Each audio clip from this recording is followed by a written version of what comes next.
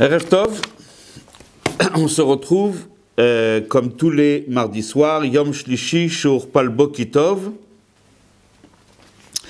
pour l'étude de la Sikha du Dvar Malchut, la Sikha sur la Parashat HaShavua, la dernière Sikha que nous avons à ce jour entendue du Rabbi, avant bien sûr d'entendre la prochaine très rapidement, avant même ce Shabbat. On a l'habitude toujours de rappeler que ce cours, ce shiur, est donné dans le cadre des cours du Bet Chabad de Neuilly-sur-Seine. Et justement, on va dédier ce cours-là à la mémoire du fondateur de ce Bet Chabad, celui qui l'a dirigé pendant 25 ans, le Rav Shmuel David Ben Avraham Zawi, qui nous a quittés il y a peu.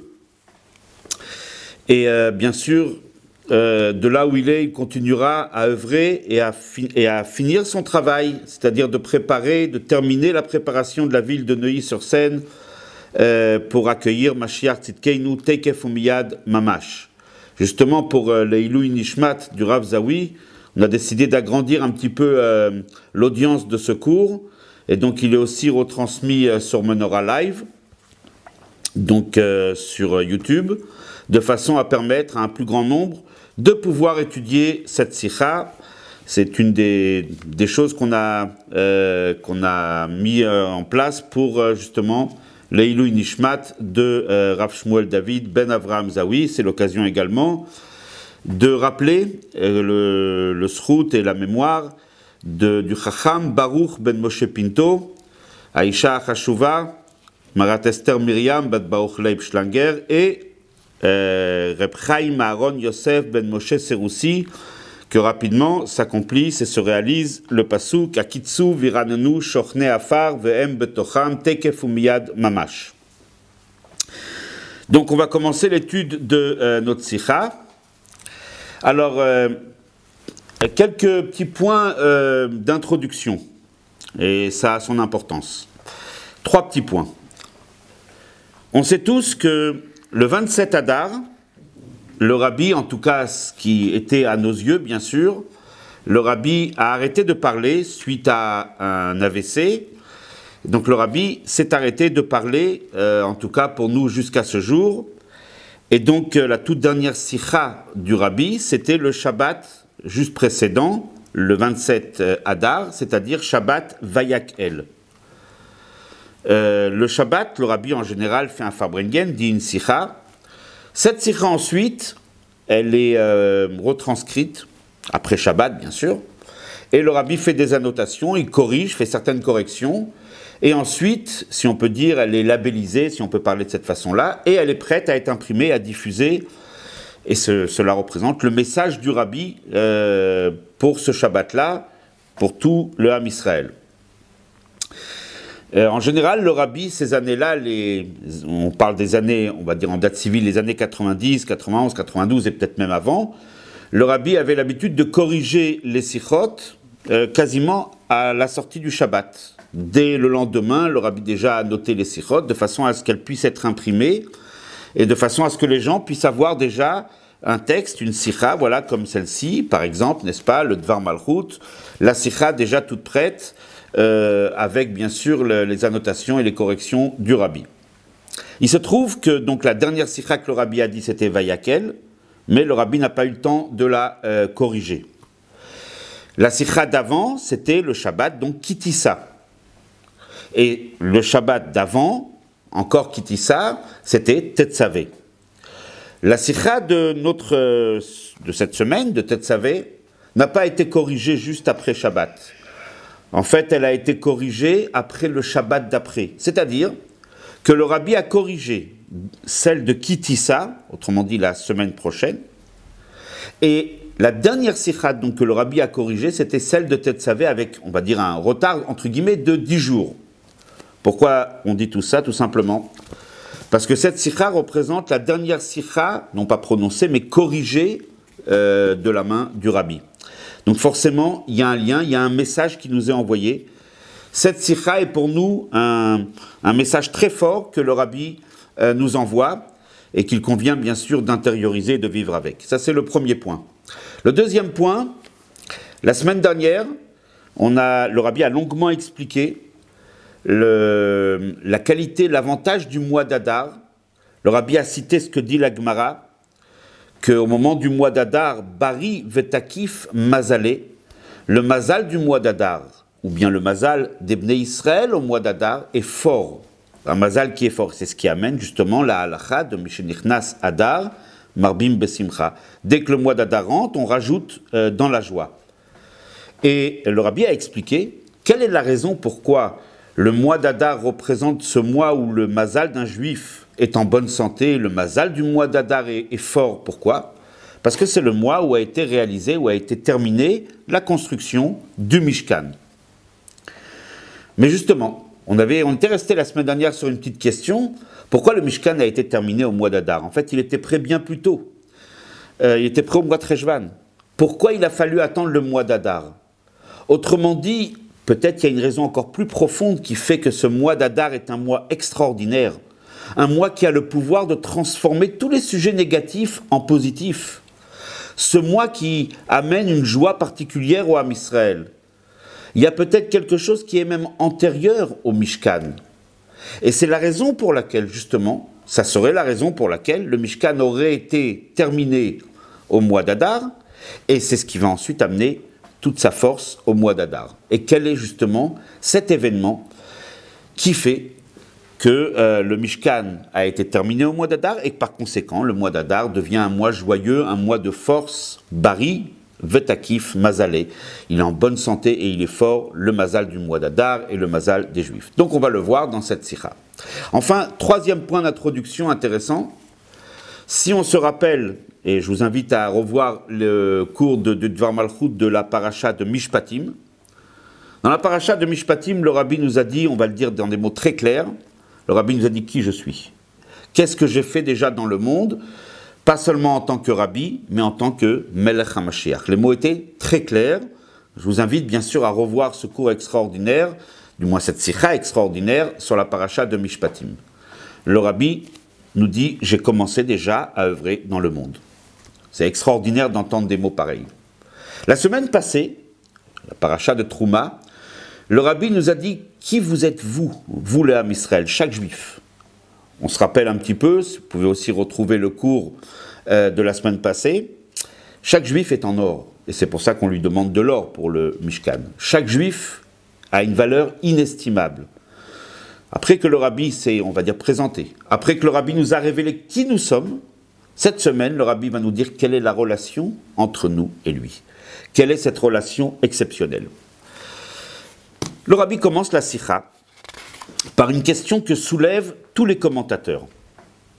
Depuis la paracha de Shemot, la naissance de Moshe Rabbeinu, et jusqu'à sa ptira, jusqu'à son départ de ce monde, donc la dernière paracha, la dernière page de la Torah, si on peut dire, à la fin de la paracha Vezot Abracha, on vit avec Moshe Rabbeinu. Depuis Shemot jusqu'à Vezot Abracha, on vit avec Moshe.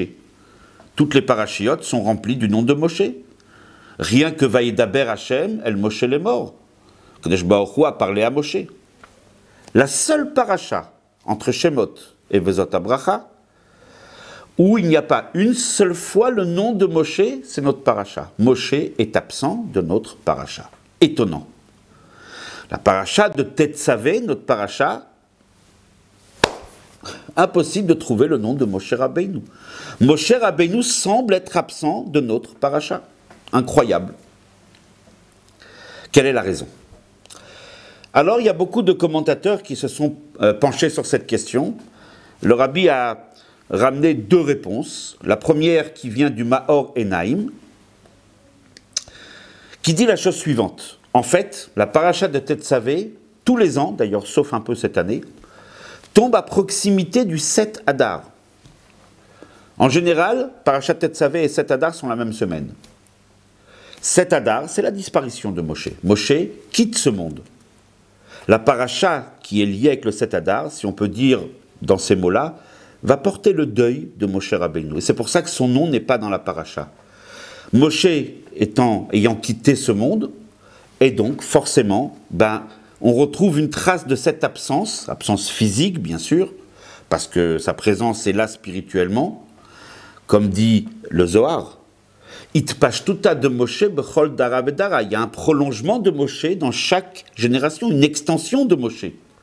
Mais Moshe Rabbeinu, physiquement, si on peut dire, quitte ce monde, et donc la paracha, à proximité de la date de sa istalkut, de sa disparition, va, si on peut dire, être marquée par l'absence du nom de Moshe. Première explication intéressante. La deuxième explication, le Rabbi la ramène au nom du Rosh, Rabbeinu Asher, et de son fils, Rabbeinu Yaakov, le Baal HaTurim, qui nous rappelle que la paracha suivante, dans la paracha de la semaine prochaine, paracha Kitissa, où il est relaté la faute du Vaudor, le Chet à Egel. Au moment où les Bnei Israël ont commis cette faute très grave, Akadosh Baruch Hu a dit « Je vais détruire le peuple juif ». Et là, Moshe Rabbeinu, l'avocat du Ham Israël, va mettre toutes les forces dans la bataille. Il va plaider. Il va plaider auprès d'Akadosh Baruch Hu.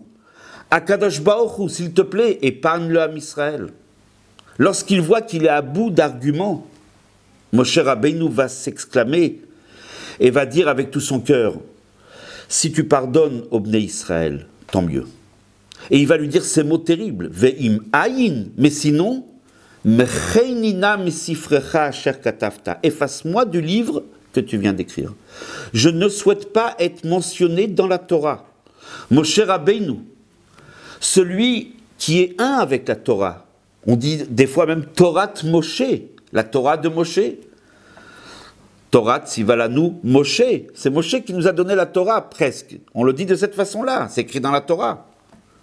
Moshe Rabbeinu qui lui et la Torah ne font qu'une seule chose. C'est inutile de décrire l'attachement et l'amour que Moshe il a pour cette Torah qu'il est parti chercher. Il a jeûné 40 jours, il n'a pas mangé, pas dormi, il était sur le Har Sinaï, il l'a donné avec amour au Bnei Israël. Et Moshe il dit, si tu ne pardonnes pas au Bnei Israël, si tu les extermines, alors mon nom doit être effacé de ton livre. Je ne souhaite pas être mentionné. Un plaidoyer très fort. Akadosh Baruch Hu, en fin de compte, bien sûr, pardonne.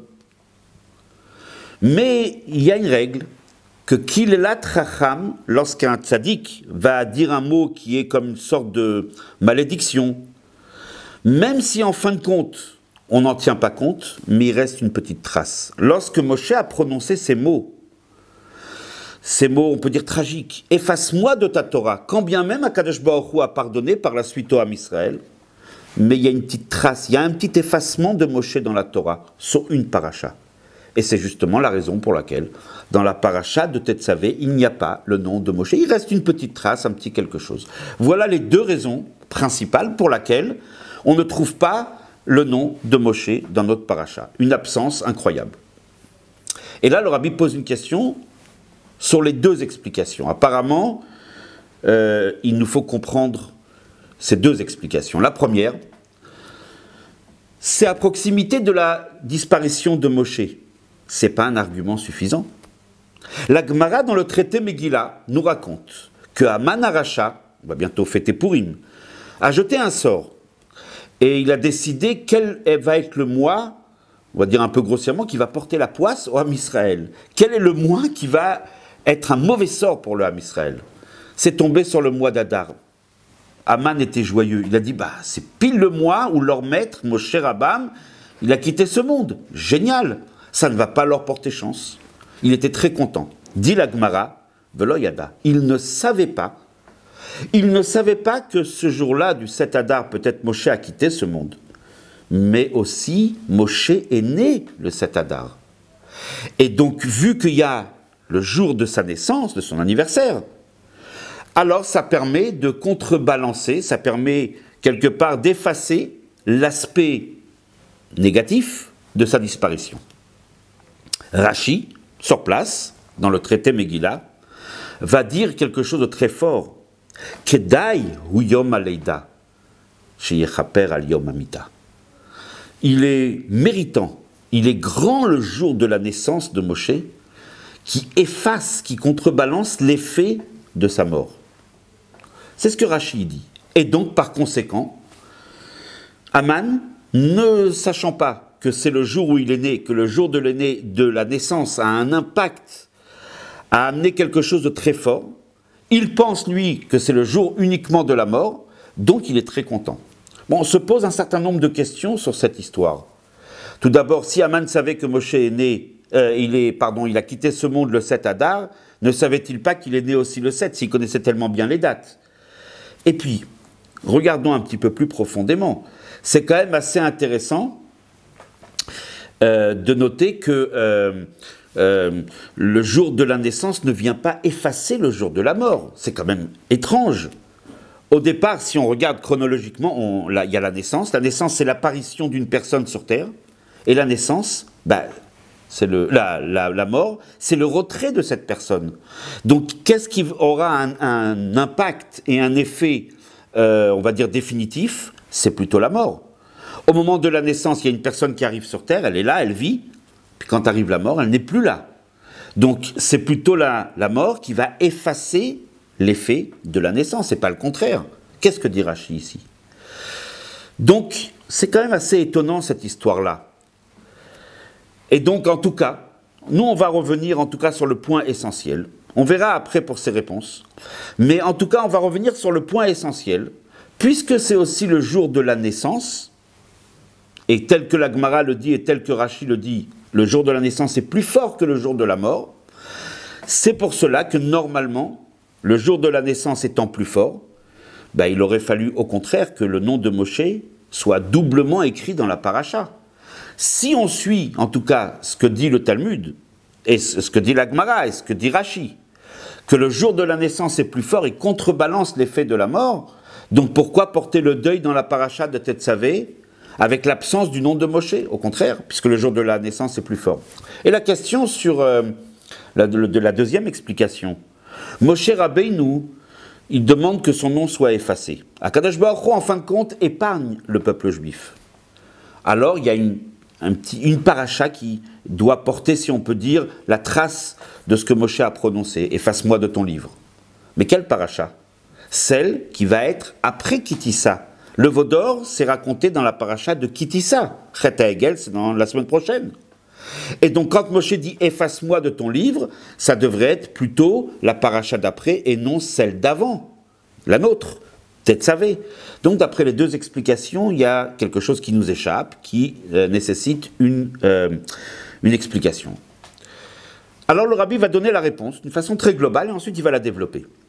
Le point de la réponse est le suivant.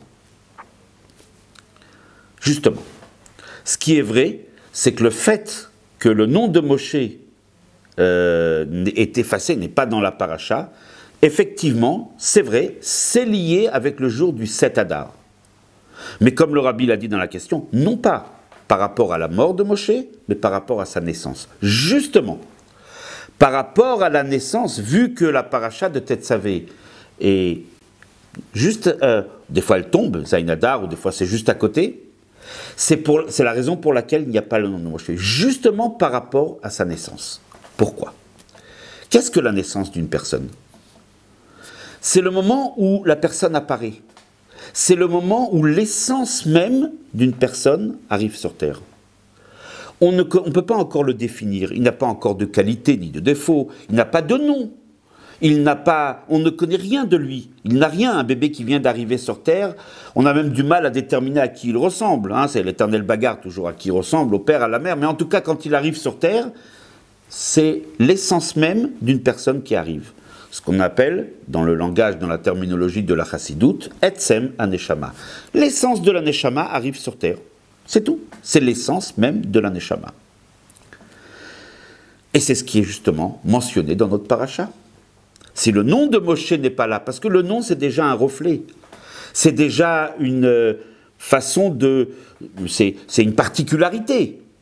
Mais il y a plus que cela dans la paracha, il n'y a peut-être pas le nom, mais il y a Moshe lui-même, le premier mot de la paracha, Ve'ata tetzavé, et toi tu vas ordonner au Bnei Israël, Ve'ata, toi. Lorsque quelqu'un est en face, on l'interpelle à la seconde personne du singulier, Ve'ata, toi. S'il y a un nom, c'est que la personne est plus loin. Au contraire, dans notre paracha, il y a bien plus que le nom. Moshe n'est pas absent, il est ô combien présent. Ve'ata tetzavé, quand on dit toi, c'est lui, c'est l'essence même de Moshe. Effectivement, le jour de la naissance d'une personne en général, c'est l'essence même de la personne qui arrive, qui vient sur terre, sans aucune autre définition que la personne. On ne peut même pas l'appeler autre chose. Le bébé qui vient d'arriver, cette nouvelle Neshama, indéfinissable, on ne sait pas s'il va être un grand rave, s'il va être plutôt quelqu'un qui va faire beaucoup de tzedaka, on ne sait pas quel est son nom, on ne connaît même pas on va dire son apparence, on connaît rien, ni sa gestuelle, rien du tout. On ne sait pas s'il va être riche, pauvre, grand, petit, rien. La seule chose qui compte, c'est la personne est là. La naissance, c'est l'apparition de l'essence même de la personne, Ve'ata. Donc on peut comprendre. Pourquoi justement, dans la paracha, il n'y a pas le nom de Moshe. Le nom, c'est déjà lié avec quelque chose qui va venir après. Mais au moment de la naissance, il y a Ve'ata, il y a toi, directement. Il est là, il est présent, et c'est la présence de l'essence de Moshe dans notre paracha. Donc effectivement, l'absence, entre guillemets, du nom de Moshe est liée plutôt avec une présence très forte. Par rapport à Moshe Rabbeinu, si on peut dire, quand on parle de l'essence de Moshe Rabbeinu, qu'est-ce qu'est Moshe Rabbeinu? C'est le berger du peuple juif. C'est celui qui va diriger le peuple juif, le Nassi Ador, comme dit Rashi dans Parashat Rukat, Hanassi ou Akol, c'est tout. Il représente tout le Ham Israël. Moshe, sa vie entière, elle est vouée pour le Ham Israël. Il est capable d'aller jusqu'au don de soi, Messirut Nefesh, justement. Lorsqu'il va dire « efface-moi de ton livre », il n'y a pas un plus grand Messirut Nefesh que celui-ci. Quand il va être capable de demander à Kadosh Baruch Hu l'effacement de son nom, alors que la Torah c'est bien plus que toute sa vie à lui, à Moshe. C'est ce qui lui est le plus cher, lorsqu'il va demander « efface-moi ». Là, on a une preuve de la Messirut Nefesh. On a une preuve du lien incroyable, du lien extraordinaire qu'il y a entre Moshe et le Ham Israël. Ce lien est directement lié avec l'âme de Moshe, avec l'essence même de Moshe. Justement, parce que c'est son anniversaire, c'est sa naissance d'abord, Zayin Adar. Lorsqu'il est arrivé sur terre, lorsque Moshe va naître, c'est l'essence de Moshe qui apparaît. Et par rapport à l'essence de Moshe, Moshe et Israël ne font qu'une seule chose. Moshe ou Israël, Israël ou Moshe. Ça ne fait qu'une seule chose. Voilà pourquoi, en fin de compte, nous dit le Rabbi, le nom de Moshe n'est pas dans la paracha. Il reprend les deux commentateurs en apportant une lumière supplémentaire qui va nous aider à mieux comprendre. Donc, on résume. En fait, la proximité avec Zayin Adar fait que justement, c'est la naissance de Moshe qui est mise en valeur dans la paracha, par le fait justement qu'il n'y a pas le nom, mais il y a l'interpellation de Moshe, Ve'ata, toi, l'essence de Moshe. Et le fait justement, la deuxième explication de Rabbeinu Asher, qui disait que Moshe Rabbeinu a donné quelque part sa vie, il a fait un sacrifice extraordinaire. Efface-moi de ton livre, a-t-il dit. Effectivement, cette capacité de Moshe à s'effacer et à ne plus exister si le Ham Israël n'existe plus, à se donner complètement, à se vouer au Ham Israël, c'est justement lié avec l'essence de son âme, qui est liée avec la naissance de Zayin Adar. Ça, c'est un petit peu la réponse d'une façon globale. Le Rabbi va détailler tout ceci, ça demande un petit peu explication, que veut dire l'essence de la personne, Moshe Rabbeinu, on va voir un petit peu tout ça. On va revenir justement sur ce que la Gemara elle a dit, et sur ce que Rashi a dit. Kedai ou yom aleda sheyichaper al yom amita. Le jour de la naissance est beaucoup plus fort, il a un impact beaucoup plus grand que le jour de la mort. A priori, comme on a dit, c'est le contraire. On va revenir sur les questions qui étaient posées sur ce Rashi. A priori, c'est le contraire. C'est le jour de la mort qui efface la naissance, chronologiquement. La réponse, elle est en fait, lorsque un homme va naître, en général, n'importe quel homme, n'importe quel juif, lorsque va apparaître sa neshama, il est dit, et d'ailleurs ça va être ainsi, tous les anniversaires. Chaque année à la date anniversaire.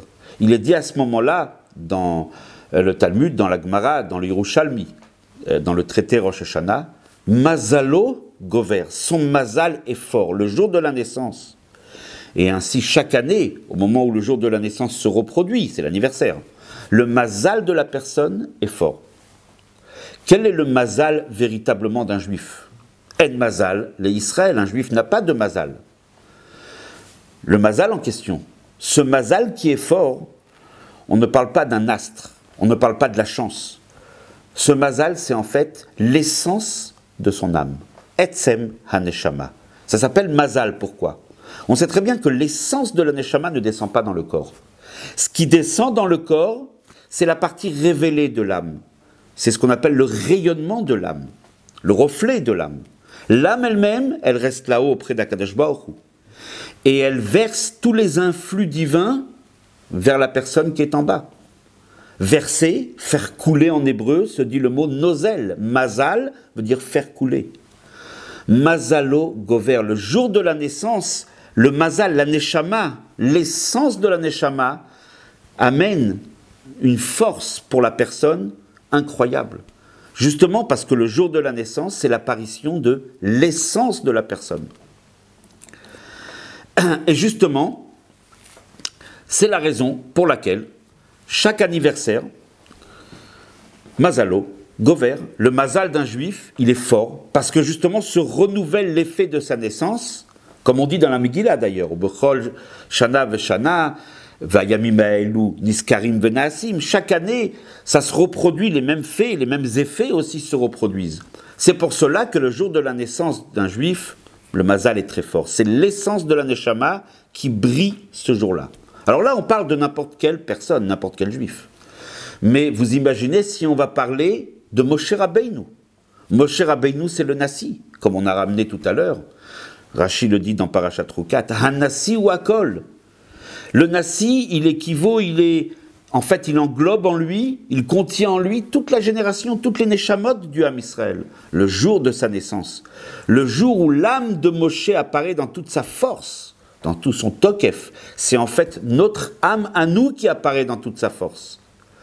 Mazalo gover de Moshe Rabbeinu, c'est Mazaleinu gover, c'est aussi notre mazal à nous qui est fort.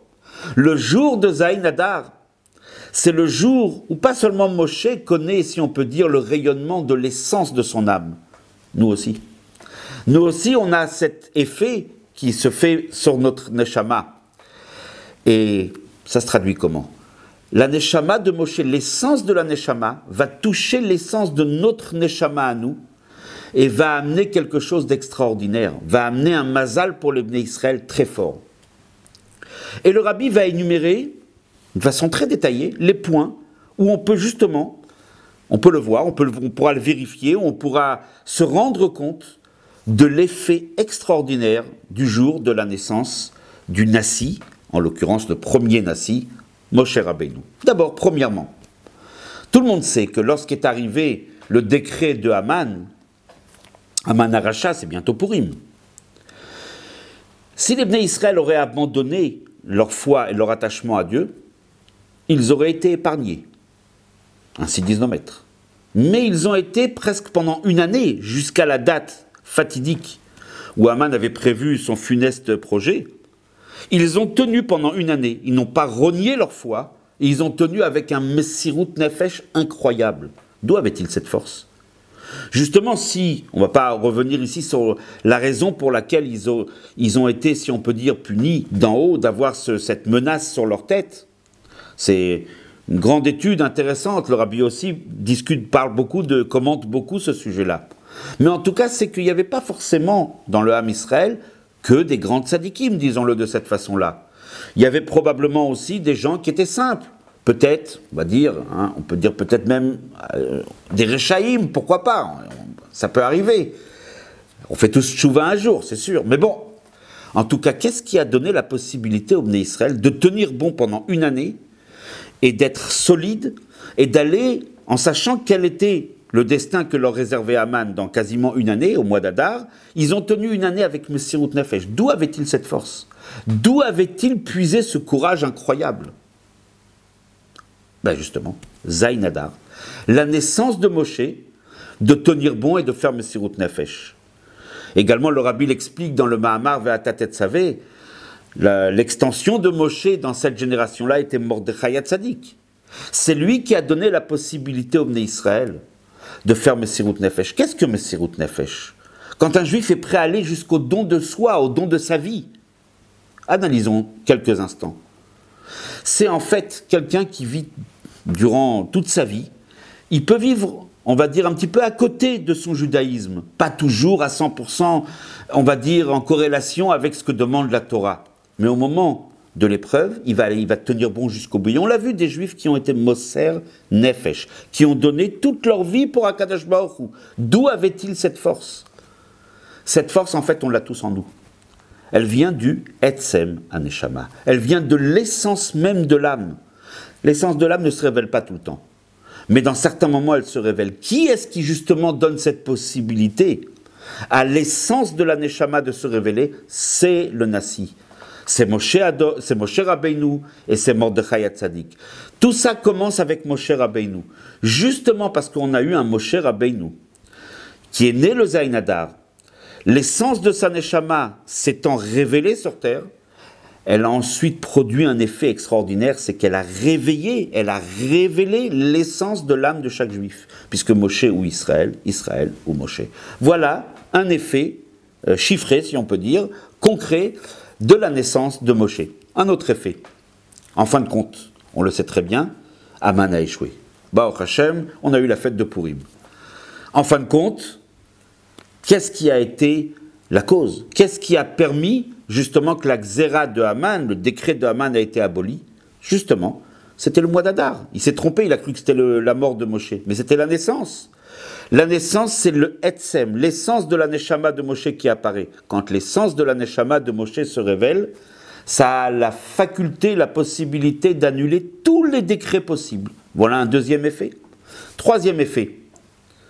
La naissance de Moshe, le 7 Adar, va impacter tout le mois de Hadar. Pas seulement un jour ou 2 jours, tout le mois de Hadar. C'est pour cela que disent nos maîtres, Bari vetakif mazalé.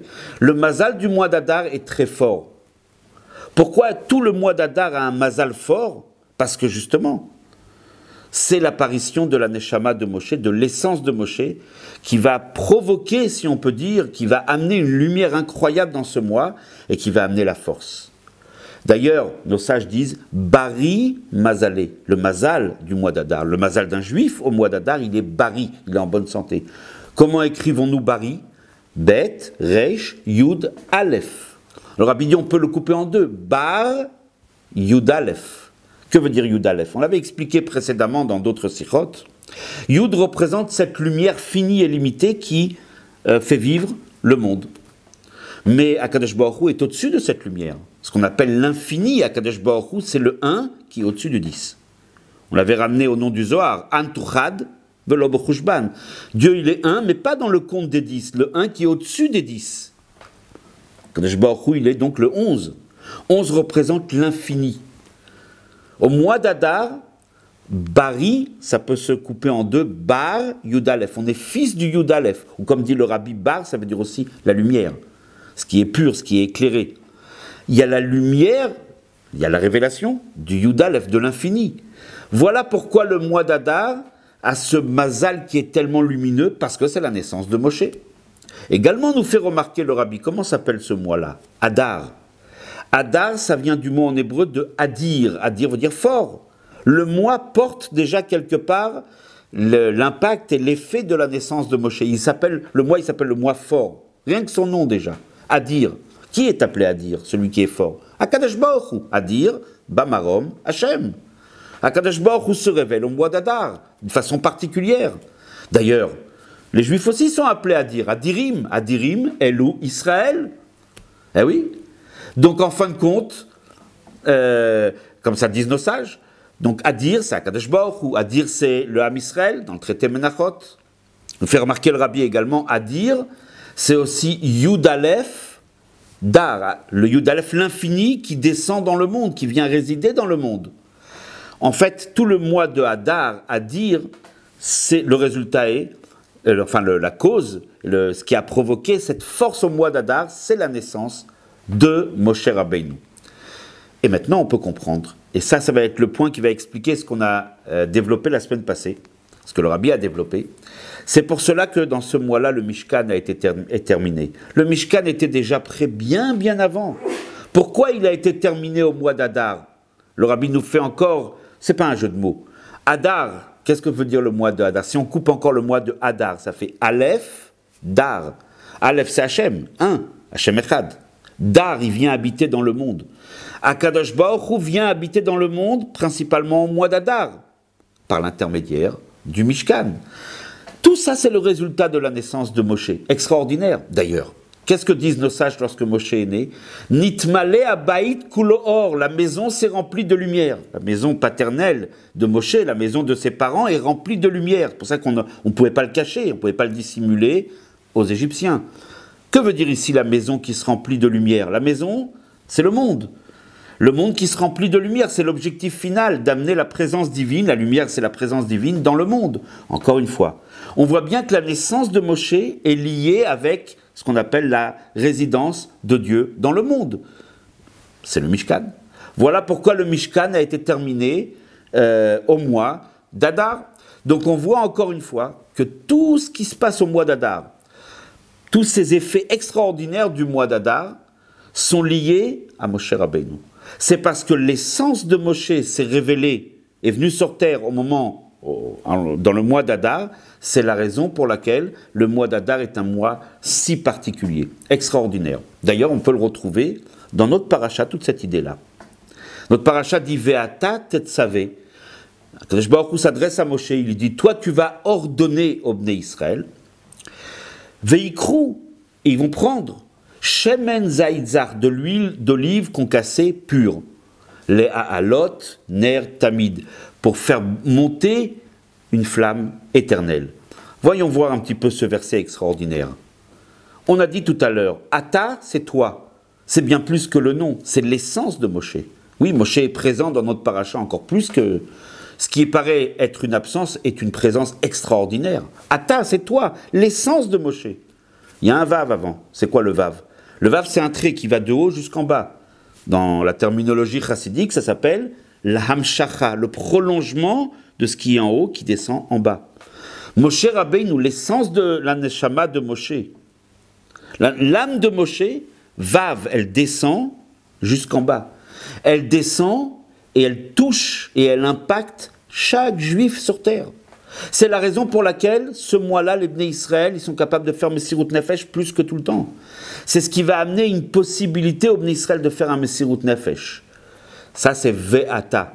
L'essence de l'âme de Moshe descend, Vav, avec le Vav, elle descend sur terre et elle se révèle dans la matière, dans le monde physique. Et le résultat, Ve'ikrou Shemen, Ve'ikrou Elecha Shemen Zaïdzach. Ils vont prendre de l'huile d'olive concassée. Nos sages nous disent dans le traité Menachot, nous disent la chose suivante, que l'olive est comparée au Ham Israël.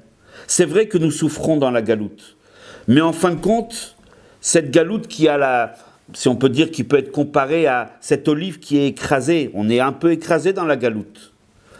Alors on va produire à ce moment-là le meilleur de nous-mêmes, le shemen, l'olive quand on l'écrase, c'est là qu'elle va donner son huile la meilleure, l'huile d'olive concassée. C'est tout le sujet de Messirut Nefesh.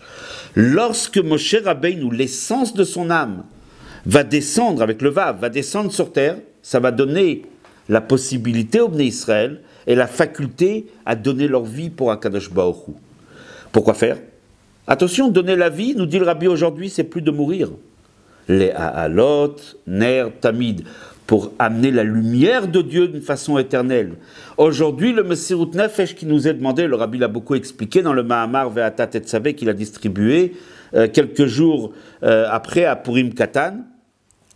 Et donc, cette idée-là du Messirut Nefesh, mais pas pour donner sa vie, pour mourir, c'est pas ce que Dieu y demande. En tout cas, le Rabbi nous dit dans notre génération à nous, le Messirut Nefesh qui nous est demandé, c'est se vouer corps et âme pour éclairer le monde, pour amener le Ha'alot Ner Tamid. On le voit dans notre paracha, extraordinaire.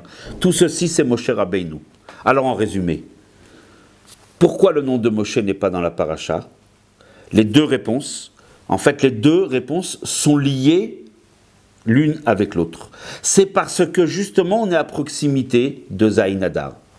Comme on est à proximité de Zayin Hadar, donc justement par rapport à sa naissance, il n'y a pas le nom. Pas par rapport à sa mort, ce n'est pas une absence. La naissance est une présence qui est encore plus forte. Pas que la mort, mais que le nom de Moshe qui peut apparaître durant toute sa vie. La naissance, c'est l'essence même, la neshama, l'âme, l'essence de l'âme de Moshe. C'est pour cela qu'il n'y a pas son nom, mais il y a Veata. Également, puisque l'âme de Moshe se révèle à ce moment-là, Moshe, au fond de lui-même, il ne fait qu'une seule chose avec Israël, il fait corps avec le âme Israël. C'est pour cela que dans la paracha qui est à proximité de Zayin Hadar, où se révèle l'essence de Moshe, c'est dans cette paracha qu'on peut voir l'effet du Messirut Nefesh de Moshe, en ayant le nom de Moshe effacé, pour justement permettre au Bnei Israël de continuer à vivre et ne pas être exterminé, chas v'shalom. Donc véritablement, la raison pour laquelle le nom de Moshe n'apparaît pas dans la paracha, les deux raisons sont liées avec le 7 Hadar, avec la naissance de Moshe. Extraordinaire.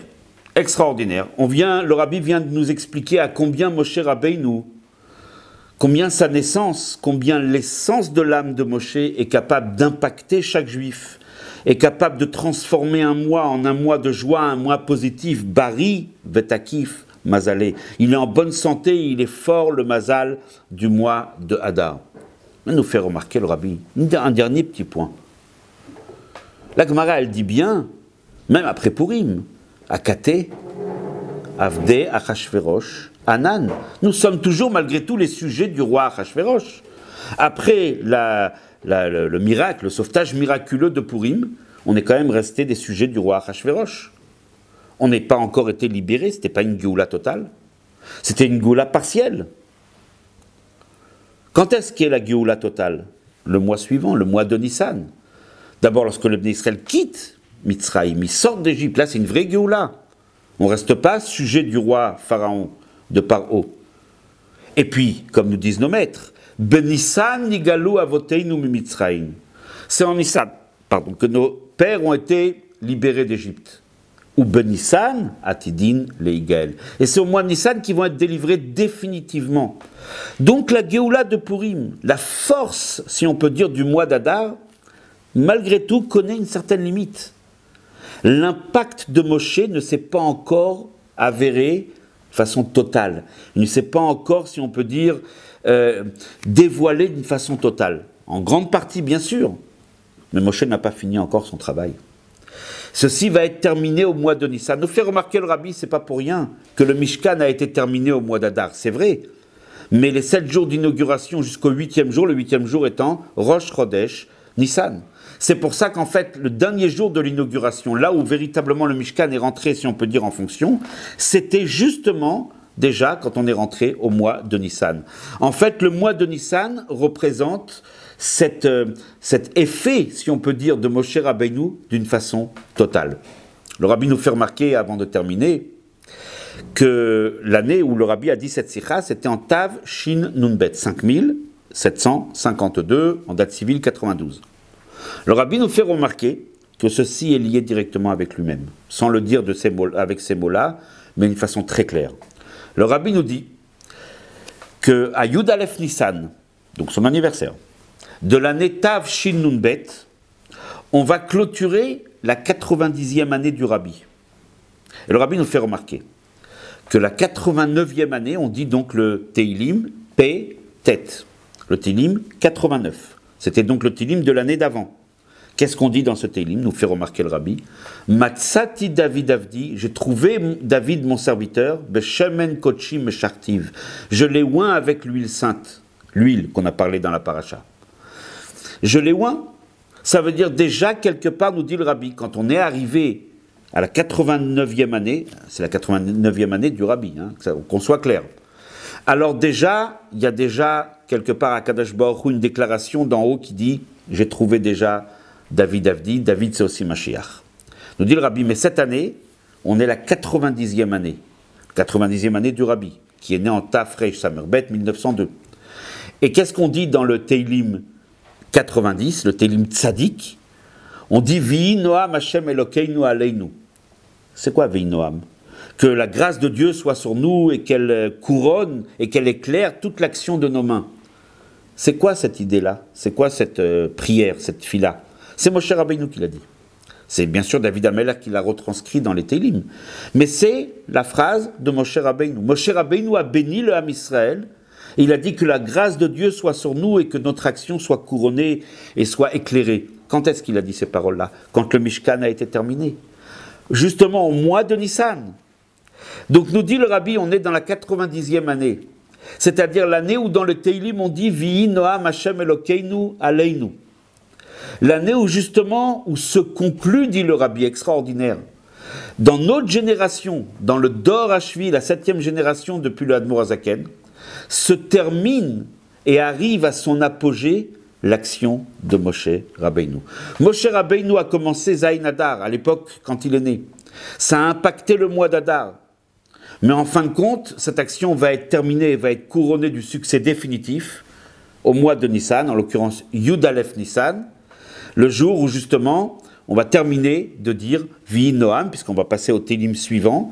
Et donc puisqu'on va dire Vihi Noam, on va le terminer, donc ça va être la shlemut, la perfection, l'apogée, le summum même de l'action de Moshe qui arrive à son terme. Le Rabbi ne nous fait pas remarquer, mais le Télim suivant après, bon, on ne va pas rentrer ici dans tout le détail, mais quand même c'est Orech Yamim Asbieu, c'est dit sur le Melech HaMashiach, une vie éternelle que va connaître le Melech HaMashiach. Alors bien sûr, maintenant, on est arrivé à ce moment-là, on a déjà dépassé, on est déjà bien après Tafshinun Bet. Cela fait 29 ans que le Rabbi a dit cette sikha. Alors peut-être on doit réaliser, on doit vivre un petit peu, on doit essayer d'amener justement de réfléchir, d'étudier déjà ces paroles, de les intérioriser, de les vivre et d'éclairer le monde, de faire Messirut Nefesh, pas en donnant sa vie, mais en éclairant le monde, en transformant le monde. Et comme le Rabbi nous a dit, la dernière mission qui nous incombe, c'est Kabbalat Penei Mashiach Tzidkeinu. Yechi Adoneinu Moreinu Verabeinu Melech HaMashiach Leolam Vaed.